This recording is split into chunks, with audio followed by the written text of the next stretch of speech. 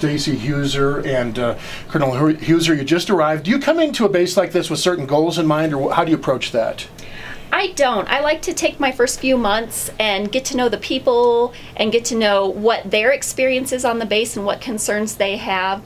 So far, my only goal is to continue to strengthen the already strong bonds that the base has with the community, continue to work on our honorary commanders program, and just continue to build that relationship that we have. And the director of the Greater Cheyenne Chamber of Commerce was in last hour. He told me you guys have a building project going on out there, $62 million project.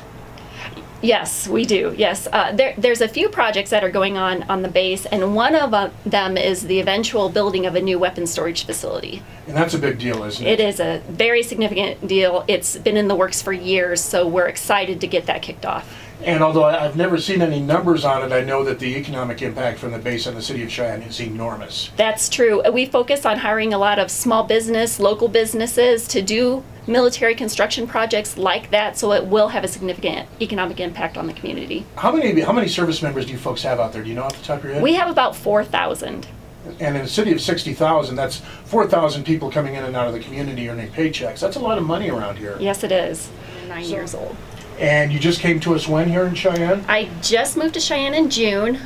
This makes my third of the 3 ICBM bases. So I started my ICBM career at Malmstrom in Great Falls, Montana, and I most recently moved from Minot in North Dakota. Now my understanding is they rotate you folks about every 2 years, is that right? Yes, that's true. So what are your impressions of F.E. Warren so far? Oh, so far I love it. The base is beautiful. I love the history. I love the connection between the base and the community. It's a perfect time for me to get here as the base and community are celebrating their 150th shared anniversary. And the community was so welcoming. Every person I've met, and it's a tremendous time to arrive at the beginning of Cheyenne Frontier Days. Now you folks are starting your own celebration tomorrow and going through the weekend, is that right? We are. The base is opening the base to the community. It's our open house, tied with Cheyenne Frontier Days. It's called the Fort D.A. Russell Days. And it runs tomorrow, Saturday and Sunday from 9 a.m. to 4 p.m. And what's going on? We have a lot of events. The airmen love to show off what they do, and we love to show off the base. We have living history presentations, period style dance. The military working dogs will do a demonstration. And then we have a historic homes tour. So we open up 2 of the homes as well as our recently renovated Old Post Command headquarters. Now, is this open to the general public? Can people come on the base and take part? Or? It is, definitely. The public is more than welcome. We love it, and the airmen love to show off what they do.